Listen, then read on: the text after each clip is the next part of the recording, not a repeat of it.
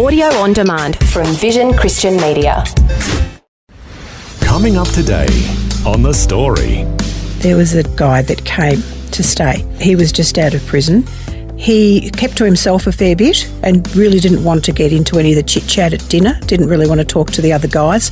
But slowly he started to open up more about his story and what he'd done, why he'd ended up in prison. The very last night of the program, I can remember him saying, "Come on everybody, group hug." The Story. G'day, I'm Jimmy Colfax. Welcome to The Story. Well, last time Eric Scatterbo spoke with Gitta, Clayton and Phil Bolitho about their life journeys. As we heard, both of them have gone through traumatic experiences and both can relate to going through tough times. All of this has shaped them into the people they are today and helps them in their roles helping homeless people at the Winter Shelter program. Gitta is the director and Phil is a volunteer. Today, we'll hear more of their stories and how they came to serve at the program on the east side of Melbourne. Today, we'll pick up the conversation as Phil is sharing how in the past he tended to try and rescue the woman he was in a relationship with. Sadly, this ended in heartbreak and failed relationships. Once again, Phil Bolitho and Gitta Clayton are chatting with Eric Scatterbo in our Melbourne studios. So you are no stranger to going through trauma and loss. No. And the irony, of course, is that your heart is to help, but it's not working out, it sounds like, up to this point. Up until that point, Yeah. And I would still help. Probably about 10 years ago, I was sitting in a food court with my two young boys, and they observed a gentleman going around to the tables and taking the food that people had left there. And my youngest son, who would have been 14 at the time, got up, got his meal, and took it over to the gentleman. Oh, wow. And it was one of the most incredible, proud moments. He came back, and I said, "Oh, that was lovely, mate." And I offered to buy him a meal. Yeah. And he said to me, "No, that gentleman was going to go without a meal, so I can go without a meal." And coming from a 14, which was what my parents did to me, so I realised that, wow, the impact I've had on them by helping people is in a positive way, as long as you make the right decision. Yeah. But I mean, as a parent, you had to be very proud of your boy. Still am. Oh, yeah. It was an incredible moment. So, So your heart to help, and he obviously having a heart to help people as well. Yeah, that's right. Yeah. So even though obviously you're going through some very tough things in relationships, that's got to be a bright spot there. Yeah, it was. Yeah. It was good to see that they were still, even though I was keeping them away from certain problems and I was dealing with what I was dealing with, I still thought that I was doing a reasonable job as a father. Well, based on that experience, I think that's a good conclusion. Yeah. Now, in late 2017, you met somebody named Sue. I had known Sue, or Sue Ann it is, I'd known Sue for a long time. We played table tennis. So we both played table tennis for... Ping pong? No, table tennis. Sorry, I was raised ping pong. So we'd played for a long time at different clubs, and we would meet up at tournaments around the country playing. And funny enough, she has a... Are you any good? Good enough. Yeah, good enough to play for Victoria. So that's in the veterans. Good. Oh. In the veterans. So we're both of us play for Victoria. Oh, okay. So, which is good. Yeah. And she has a relative that is an alcoholic, has an addiction. And it was funny that we would meet up at tournaments and she would pick my brain on information. Oh, because she knew you had problems. Had that relationship. Yeah, that's right. So this was sort of for many years before. And it came to 2017 and we'd always talked about catching up. So we did. We caught up over a meal and I was so impressed and astounded, I think, of her... Impressed by Sue and her relationship with God. And her faith. And her not shying away from that at any stage when we were, having a meal. And that was something I didn't necessarily know about. I knew that she went to church, but she was just so strong in her faith and conviction of that. So, and that was just so amazing. And the other thing was she didn't need help. She was living... after all these relationships with the ladies who you felt you should help or needed to help, That's be the right. white knight coming in and rescuing them. Yeah. You finally met somebody who didn't need help. No, I know, and that was a bit of a shock for me. Oh, really? I was fascinated that there was, that I've met someone who I've always had a great friendship with, that she didn't need help. And it was a bit strange to start with. Yeah. In a good way? In a really good way. And I think it was the next weekend, and I went to church with her. I said, "Oh, okay. I want to find out what's going on. How has it impact your life so much that?" And she had been through a lot in her own life, so with breast cancer and different things. So she's a survivor, but she's strong. And so I wanted to see this. So I went, started going to church. So Croydon Hills, and you have been ever since. And I have been ever since. Yeah, which has been great. And eventually, we got married in late 2018, which has been fantastic. And that kind of takes us up to you getting involved in the winter shelter. Yes, it does. Okay, well, we're going to put your life on pause there for a moment. We'll swing back to you, Gitta.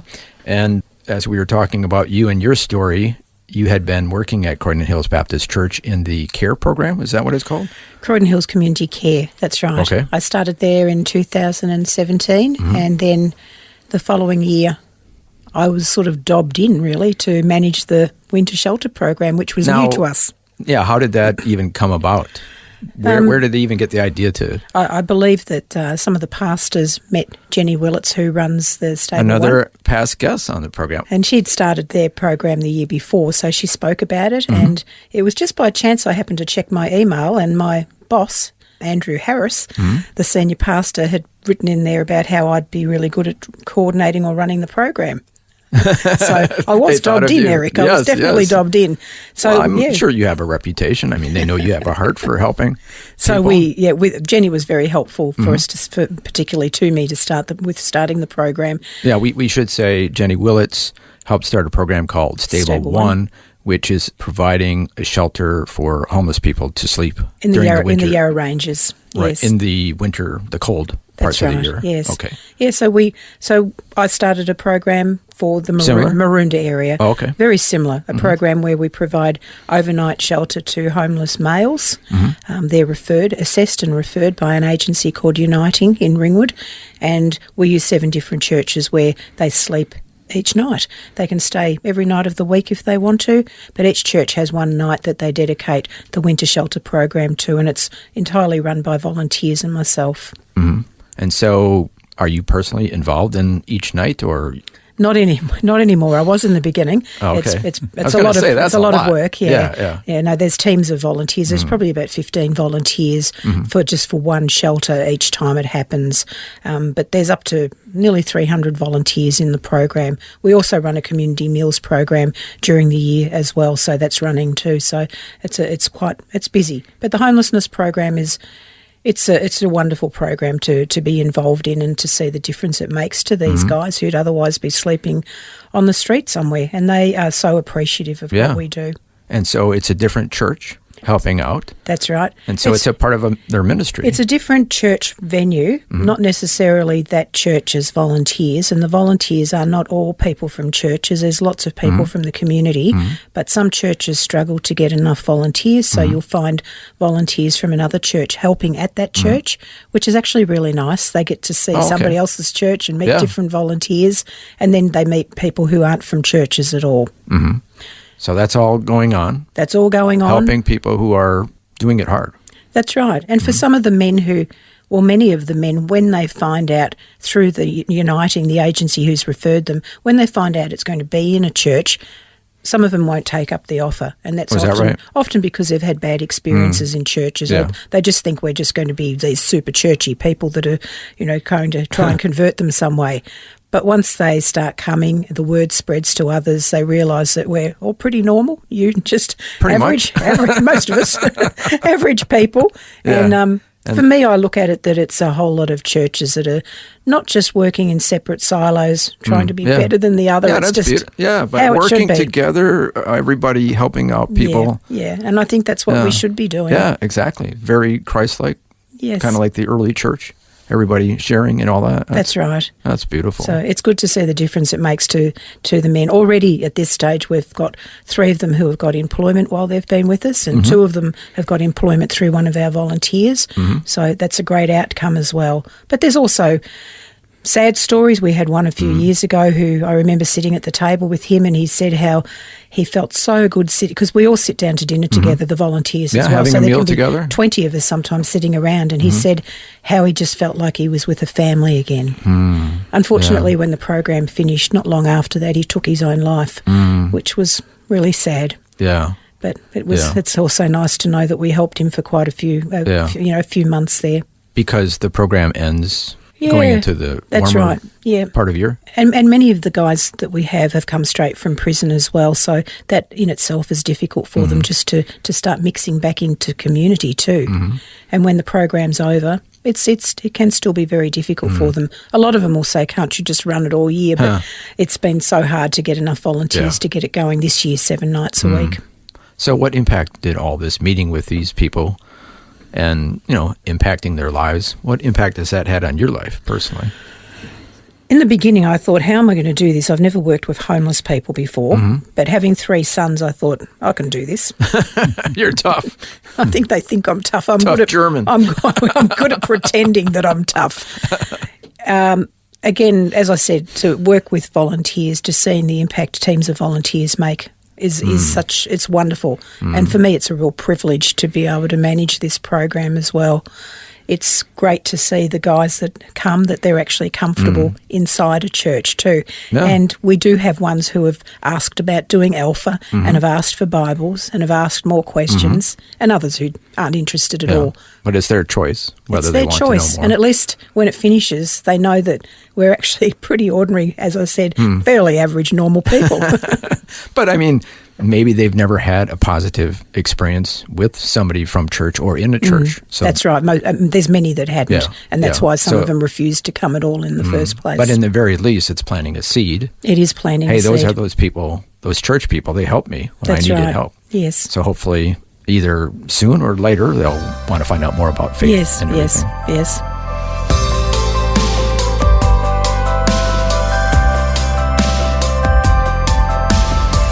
You're listening to The Story.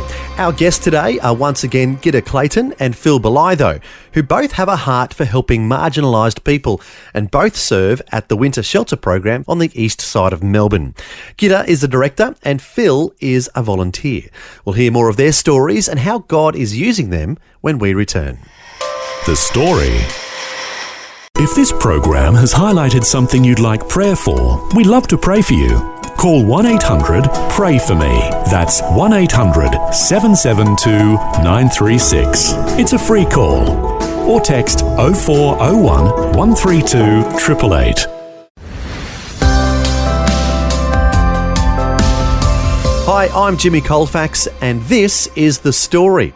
Our guests today are once again Gitta Clayton and Phil Bolitho, who both serve at the Winter Shelter Program for homeless people on the east side of Melbourne. Before the break, we heard how Gitta came to serve there.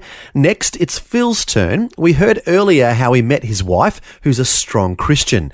Now we'll hear how the Winter Shelter came into the picture. Well, at first, I think the Winter Shelter, my stepdaughter volunteered and she loved it and she got involved. She did the overnight and she thought it was a great time to be able to do her. So wait a second, so it's guys, but they have ladies there? Yeah. Yes.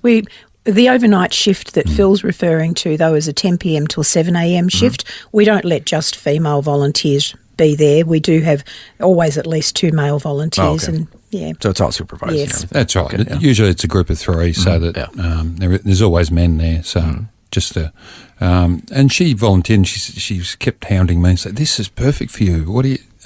Really? Why did you think it was perfect for you? Yeah, I'm not sure. Oh, she's probably she'd you know, seen you have me a heart for helping. Yeah, and she'd seen me at shopping centres and things like that, trying to help homeless people. I can spot them from a mile away. She could see you have a heart for helping. And at that time, I suppose Sue and I just got married and we were sort of working out where we were going to live and so forth. So we were busy at the time, but we thought, okay, well, we'll jump in and we'll do it. And we were doing the evening shift, which is sort of 5 o'clock till 10 o'clock, helping the guys. That's the meal?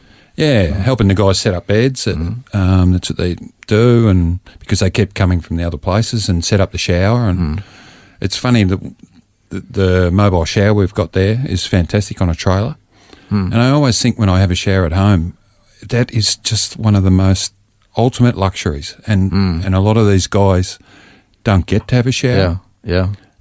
And I think the general public think, why aren't you getting a job? Why aren't you clean? But it's just not that easy. So for these guys... because you've been talking with them. Yeah. Why don't they have a job? That's what a lot of people would be asking. That's right. What's kind of their stories? Well, it's just not that easy to, first of all, be clean, to have enough clothing that you can have, and have bank accounts. They're homeless. So for various reasons. Lost jobs. That's right. Or come out of prison. I mean, it's hard for them to get accommodation because no one's going to give. It's hard enough for anyone with a job to get accommodation rent. But they need a break. They really need a break. So we jumped in and we just love it. I love doing it. What do you love the most about it? I love being able to talk to them as though it's one of my mates. It's good to treat them, which they are, just everyday people who have made a couple of bad decisions. I've made a lot of bad decisions in my life. Well, I think we all have, yes. And I've had family to back me up or friends to come. A lot of these guys have either burnt their family for different reasons or don't have a lot of family or have moved interstate, so they just don't have that backup. I really think we're all just one step away from that stage that they're at, or a couple of steps. And then mental illness. I mean, That's right. if suddenly you're losing your mind or, not thinking clearly, our lives can deteriorate pretty quickly. Yeah.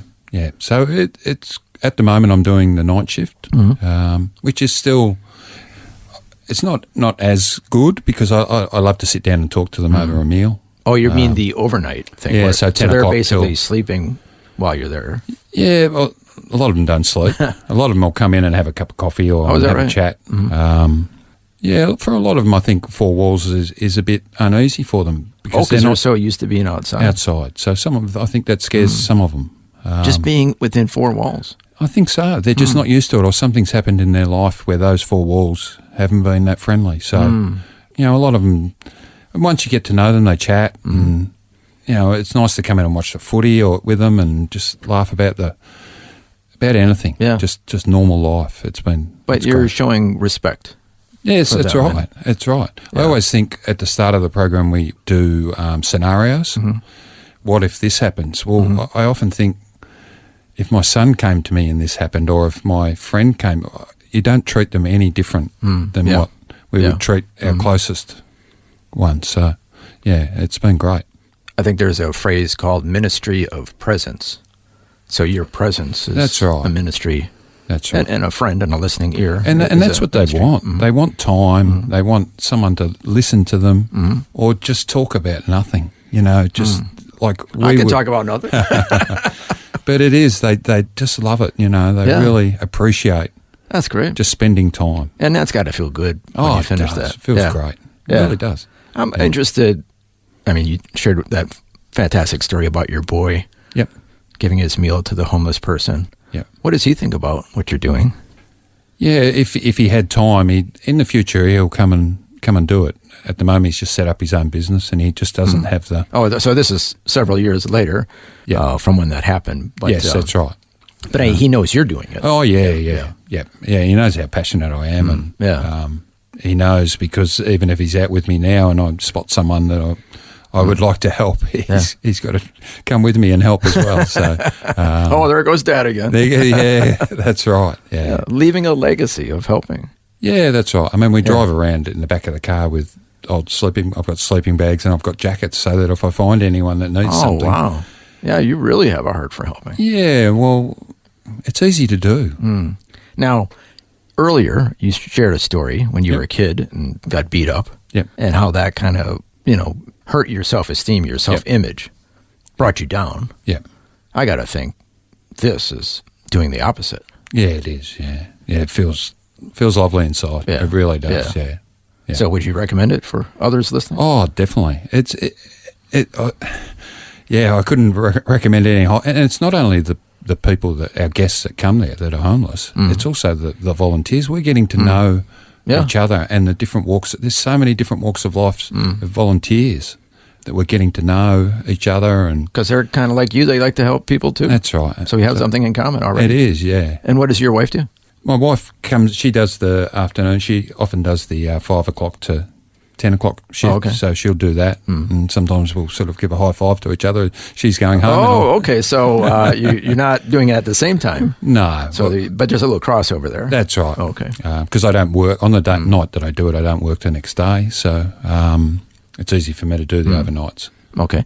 And can you share with us a story of somebody that you met, Jen, that had an impact on you? Yeah. When I first started doing it, there was a young guy who... He was sleeping in his car. I think he was from interstate. He was from New South Wales. And he'd come to Victoria. And, he was a great young guy who eventually got accommodation, got a job. And for a long while there, I was meeting him afterwards, for a meal. We'd go to a pub and a meal. He'd even come to my place and we'd watch rugby together and things like that. Yeah. He was just such a great young guy. And he even came and helped with us with the winter shelter, especially at different stages, and through COVID, at the start of COVID, he was helping.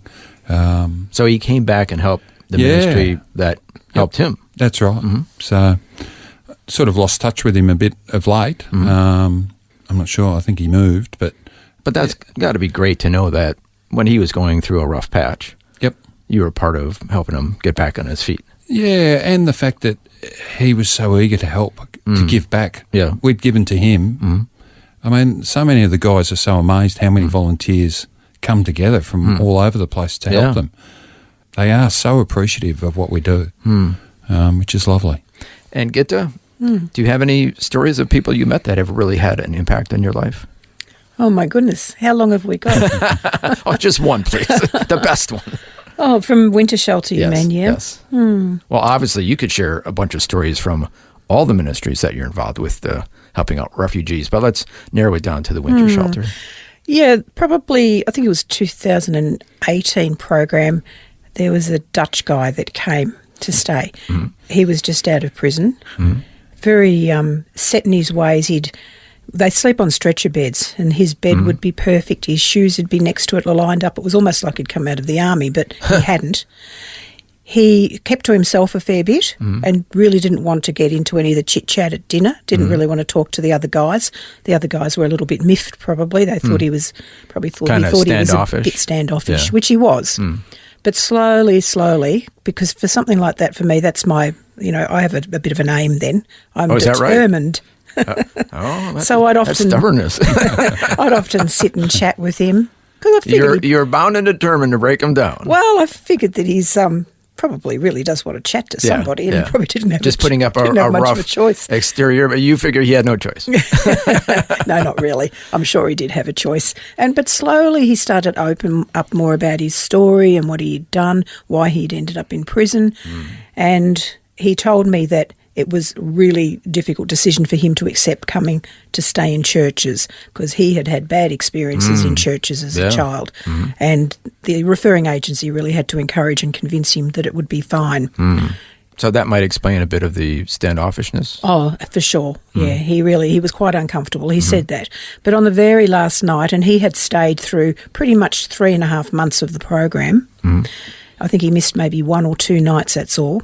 But the very last night of the program, I can remember him saying, "Come on, everybody, group hug," he said to the volunteers. Really? He was not at all sort of a tactile person. Yeah. But there we were, all giving each other a big circle hug. And I thought, gee, you have come a long way. Yeah, that's great. Yeah. He still keeps in contact with me, actually. Lets me know how he's going. Oh. And he's doing well. He's doing well? Oh, fantastic. Well, it was great to hear your stories, and both of you, as we heard, had your own journeys going through traumas and struggles, but now helping others and having a profound impact, a positive impact on other people's lives. It has to be very gratifying, I would think.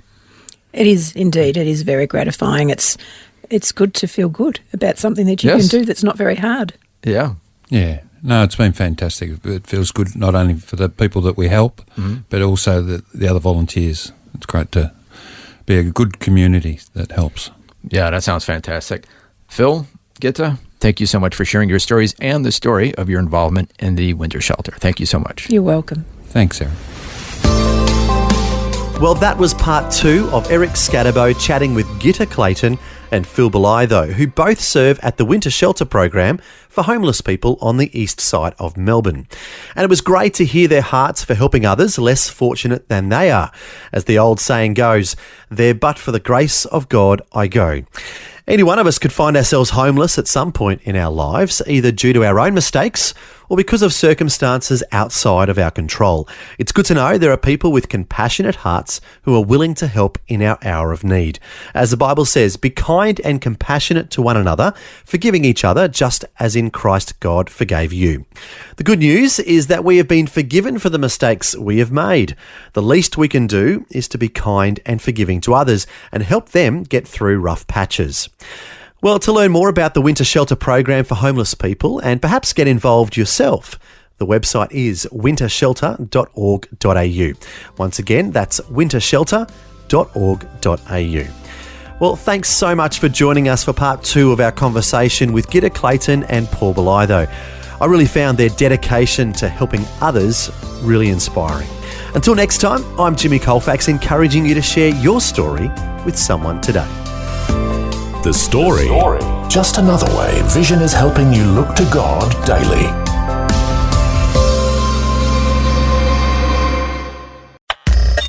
Thanks for taking time to listen to this audio on demand from Vision Christian Media. To find out more about us, go to vision.org.au.